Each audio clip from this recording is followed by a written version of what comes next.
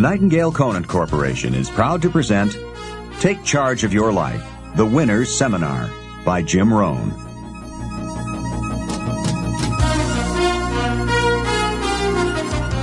Some people have this incredible zest for life and an appetite for living well and doing well, and others seem to take the ho-hum attitude, let it slide, and hopefully it'll work out anyway. I don't know what the difference of that is. But it is exciting to watch people who are inspired. But I think the key to it all is self-motivation. Self-motivation. The guy says, boy, if somebody just come by and turn me on, hey, what if they don't show up? Right? You got to have a better plan for your life.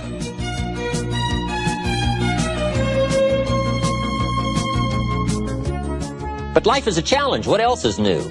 It is so important to articulate the challenge, the press, the push, because the push is on. But that's what life is all about, accepting the challenge, driving the roots deep, becoming as strong as possible, accepting everything that comes and making it into what you wish to make it, attempting your best, trying your hardest, thinking well, reading well, living well, struggling with it all. That's called the challenge. But that's what makes life worthwhile. That's where the value is. The struggle for high ideals to make something unique out of your life.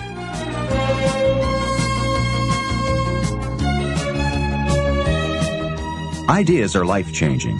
The ideas you grab hold of today and act upon can make all the difference in the fulfillment of your dreams. Just one good idea can take you to the top. And likewise, with a head full of the wrong ideas, you can become permanently sidetracked from success. If you want to take charge of your life, to really make the most of what it has to offer, you're listening to the right man with the right ideas. Jim Rohn knows the secrets of success. He has devoted his life to a study of the fundamentals of human behavior and personal motivation. And he can awaken a remarkable power for achievement in you. With his unique style of philosophy, wisdom, wit, and solid common sense, he provides practical information and motivation we can all profit from. In this program, you'll discover the 5 pieces of the life puzzle, a body of knowledge guaranteed to help you achieve your greatest goals. You'll hear the secrets of an effective communicator and learn the leadership skills you'll need to get ahead. Jim Rohn speaks from experience. He has an international reputation as a dynamic, effective public speaker and has conducted workshops on personal development all over the world. There's magic in the touch of human words. Jim Rohn credits much of his success to the teachings of his mentor, Earl Schoaf. And now he passes these ideas along to you. Let's join Jim Rohn as you take a front row seat at this live seminar, recorded especially for you.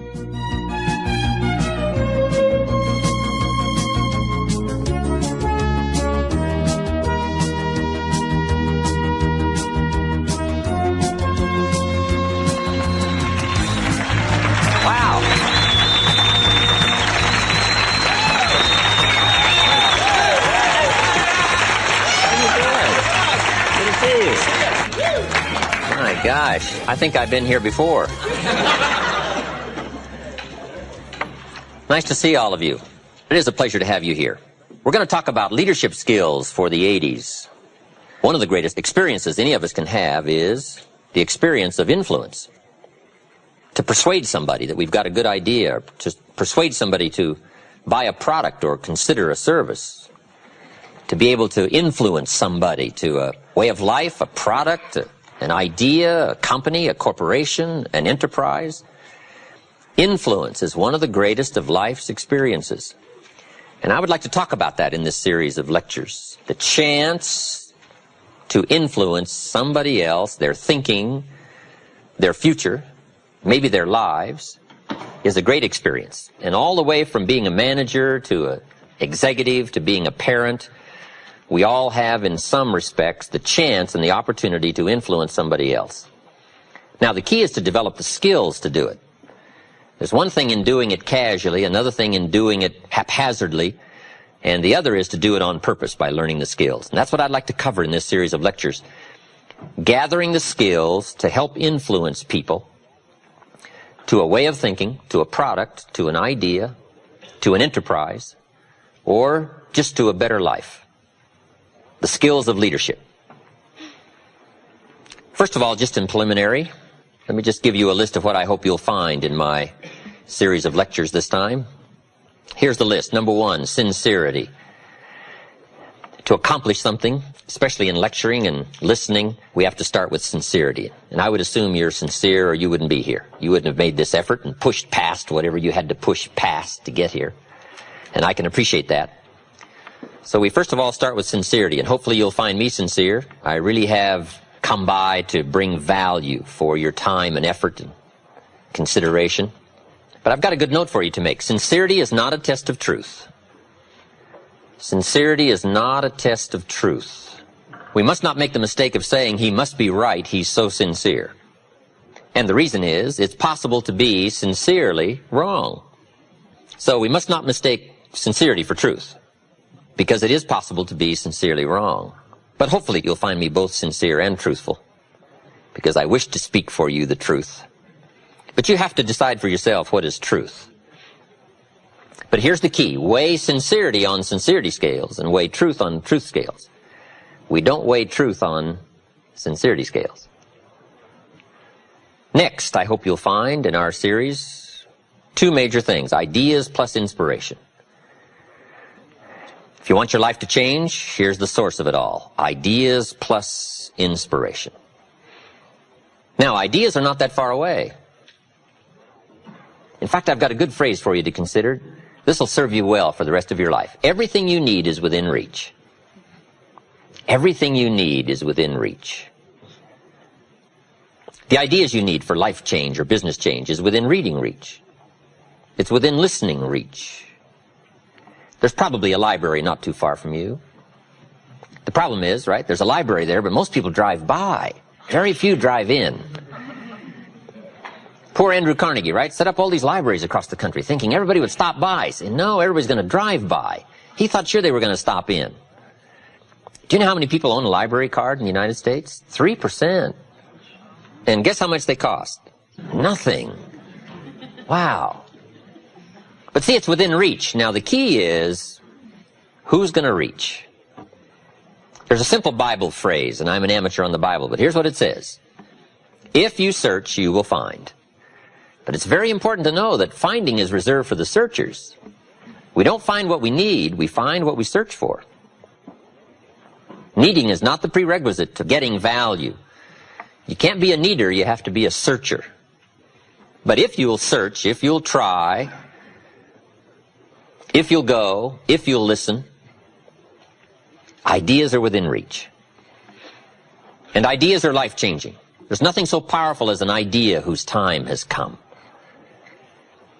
A business idea, a social idea, an investment idea, good health idea. All you need is just the refinement of an idea to make an impact on your life. Gather treasure, gather equity, gather wealth. Because it doesn't take much to make a significant difference as the time passes. You might draw a little circle. This is where you are.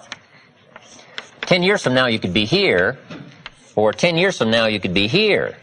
And the difference in 10 years between here and here could be significant in money and lifestyle, treasures, equity. In 10 years, an incredible difference, but right here, a small difference in the change of discipline, the change of thinking to start you on this journey versus this journey. Now, it's also very important intellectually to know whether or not you're headed this way or this way.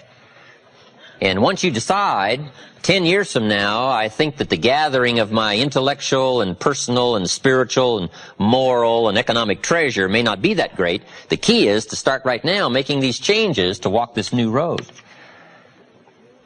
But here's what's exciting to me. Just a few daily disciplines makes a great deal of difference in 1 year, 3 years, 5 years. Just a few daily disciplines. And that's what I'd like to talk about in this series, just these few daily disciplines that make the difference, whether you wind up here or here. Good question. 10 years from now, you will surely arrive. The question is, where?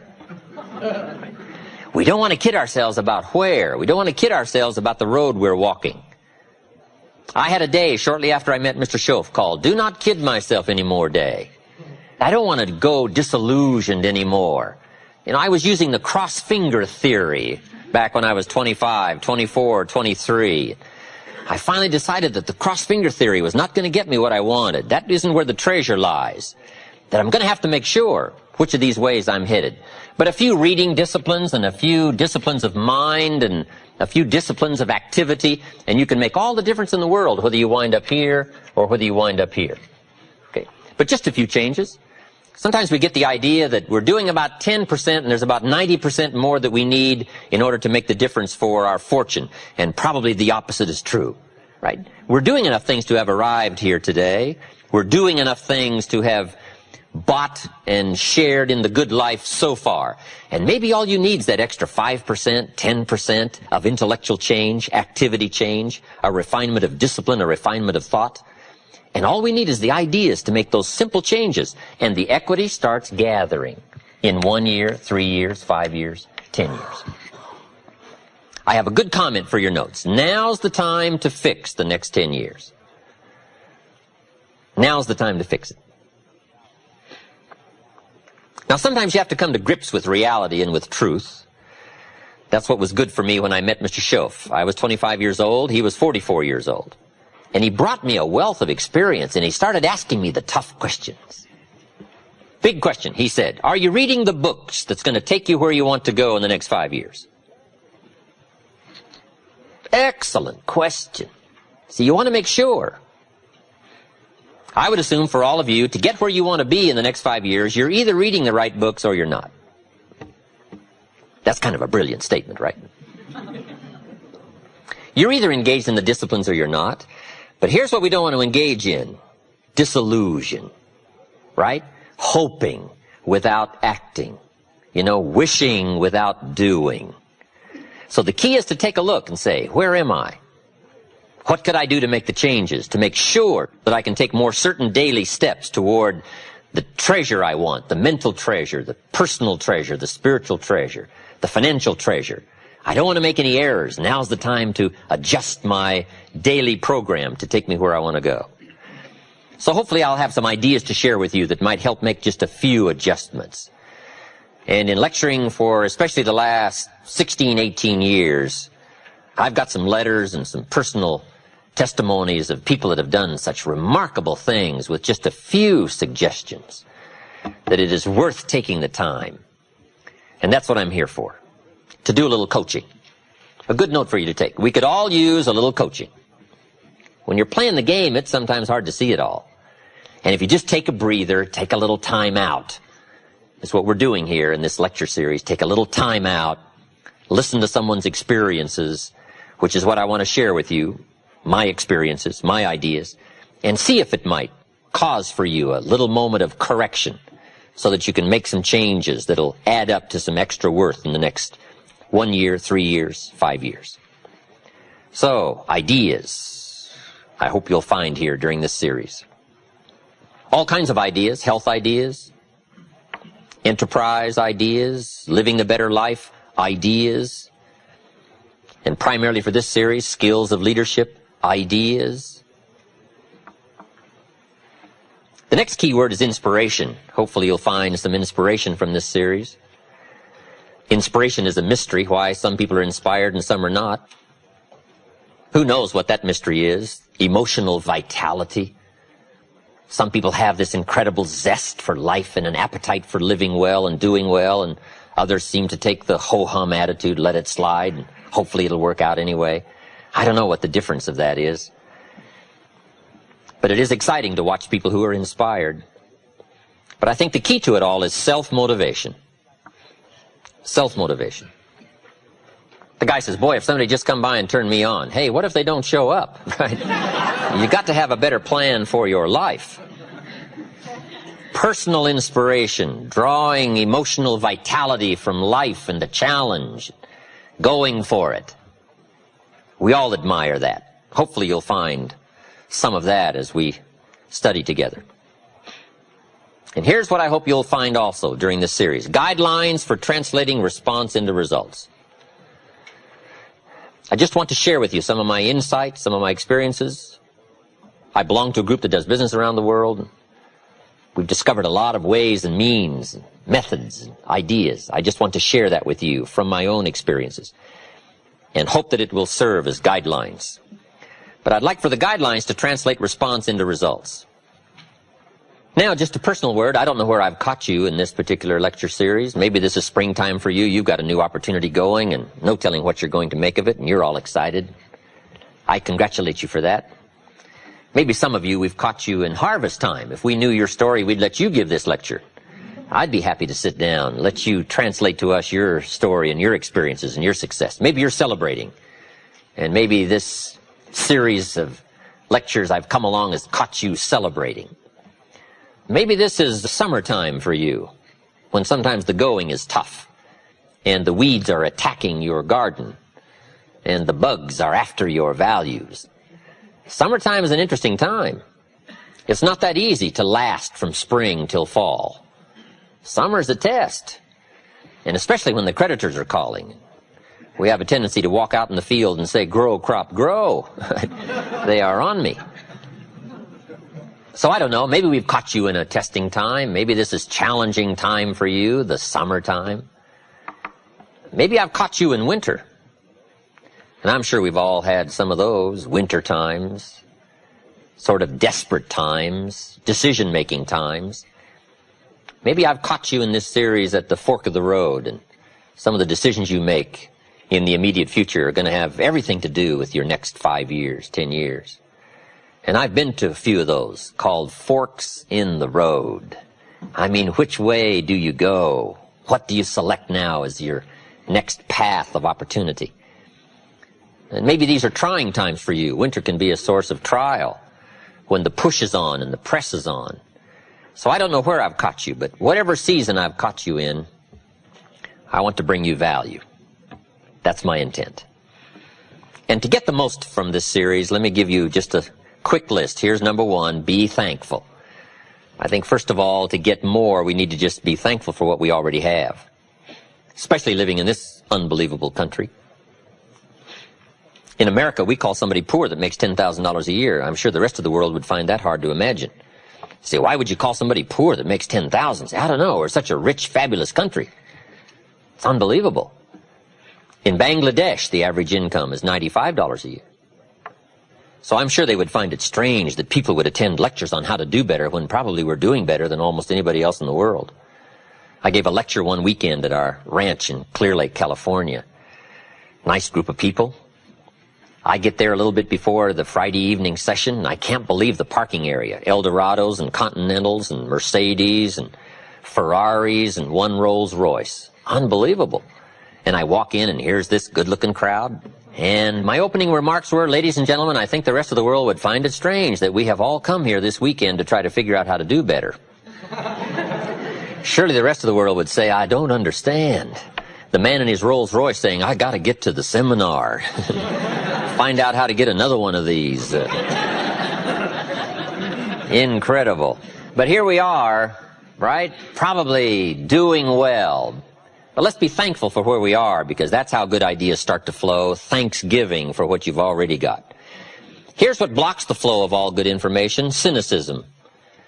It's not that difficult to be a practiced cynic.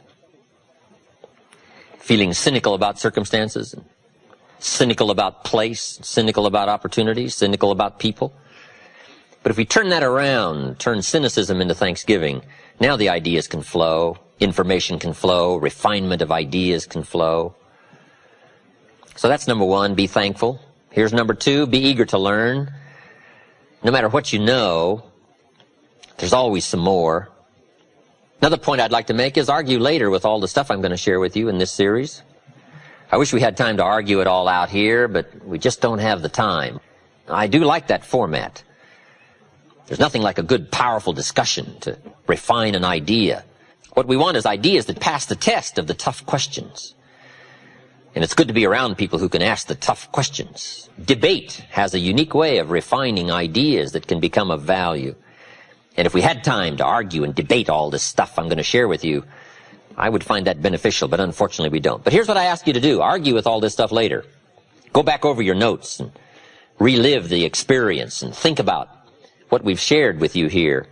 The key is to stimulate the mind, to think thoughts and to think ideas, to open up channels of information.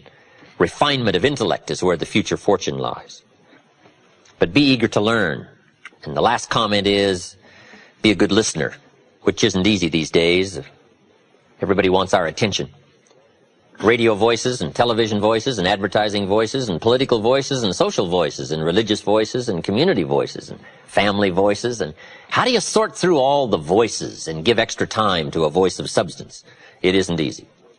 But if you'll practice the art of good listening, no telling what you can find in the way of ideas that can help change your life. All right, that's enough in preliminaries. Let me just give you the 5 major pieces to the life puzzle. Somebody asked me not too long ago if somebody needed help, could you categorize where they may need help into some simple steps? And I said, I think I can. And here's what I came up with, the 5 major pieces to the life puzzle. If we all need some help, here's probably where it's going to fall, in one of these 5 pieces. And I'm sure you can guess what they are. Number 1's philosophy. Philosophy is simply what you know. Now, to correct a couple of old cliches, what you don't know will hurt you. And to correct another one, ignorance is not bliss. Boy, it's so important to have the correct philosophy. It's so important to know. Philosophy sets the course of your life. It is the major piece in the 5 major pieces of the life puzzle. This is called major. Now, some things are minor. Some things don't affect your life that much. But here are 5 areas that affect our life immensely. Philosophy is simply what you know. So it's important to know. I'm telling the kids these days, make sure you get the information while you're here. I'm talking to the Newport Harbor high school kids in some lectures last year and this year. And my encouragement is, make sure you get all the information while you're here. I know it's laborious. I know it isn't easy to read the books and take the classes and try to get good grades. But hey, while you're here, gather it all up. Right? Because there's nothing worse than being stupid, right? Being broke is bad, but being stupid is what's awful. And what's really bad is being broke and stupid, right? There's nothing much worse than that. Unless you're sick, broke, and stupid, right? We would call that the ultimate low. I don't know anything much worse than that.